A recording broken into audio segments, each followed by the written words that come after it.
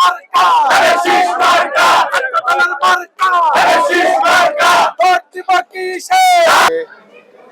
আজকে দশম দিনের মতো আমার ৬ নম্বর ওয়ার্ডের ৭ নম্বর সেকশন মল্লিকা থেকে শুরু করে দক্ষিণ পল্লবী প্রত্যেকটি এলাকার সাধারণ মানুষের উপস্থিতিতে, আমাদের নেতাকর্মীদের উপস্থিতিতে আমরা প্রচারণা গণসংযোগের কার্যক্রম চলছে এবং আলহামদুলিল্লাহ প্রত্যেকটি সাধারণ মানুষের স্বতঃস্ফূর্ত যে চিন্তা ভাবনা, তাদের যে আমাদের প্রতি যে আগ্রহ, যে একটি আস্থার জায়গা, সেটি ইতিমধ্যে আমি পরিলক্ষিত করেছি যে প্রত্যেকটি সাধারণ মানুষ সেই আস্থার জায়গাটা খুঁজে পেতে চায়।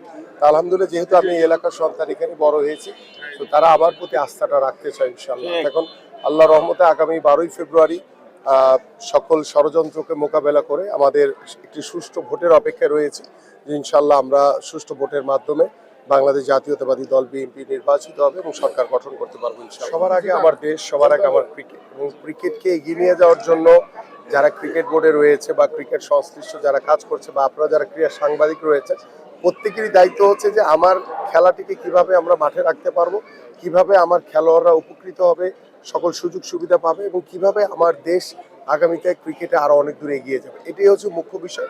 তো সেই জায়গা থেকে ক্রিকেট বোর্ডের আমার কাছে মনে হয় সামনে যে বিষয়গুলো রয়েছে, সেই বিষয়গুলোকে সামনে রেখে যা যা করণীয় আছে অবশ্যই তাদের পদক্ষেপ। এটার বিষয়ে আমি এখন আসলে কোনো মন্তব্য করবো না, কারণ এটা বিষয়ে আমি আসলে ওয়াকিবহাল না।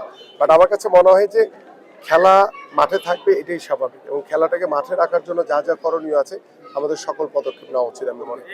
আমরা গত 17 বছর গণতন্ত্রের পক্ষে ছিলাম, দেশের মানুষের পক্ষে ছিলাম।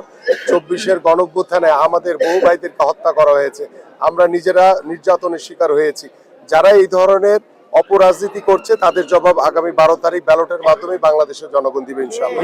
দেখেন, এটা আসলে কোচের স্ট্র্যাটেজি। কোচ অনেক সময় অভিজ্ঞ খেলোয়াড়দেরকে হয়তোবা রেস দিয়ে তাদেরকে হয়তোবা পরবর্তী ম্যাচে ভালো কিছু করার সুযোগ দিতে চায়, আবার হয়তোবা সে ফিজিক্যালি হয়তোবা যেই লেভেলে খেলা সেই লেভেলে হয়তো এখন পর্যন্ত তার ফিটনেস হয়নি তৈরি, যার কারণে এই ধরনের কিছু সমস্যা থাকতে পারে। বাট সবসময় কোচ চায় যে তার বেস্ট টিমটাকে মাঠে নামানোর জন্য। সো যেহেতু আমি এটা সম্পর্কে খুব বেশি ওয়াকিবহাল না, যার কারণে আমি আলাদা করে কোনো মন্তব্য করতে চাই না। ধন্যবাদ।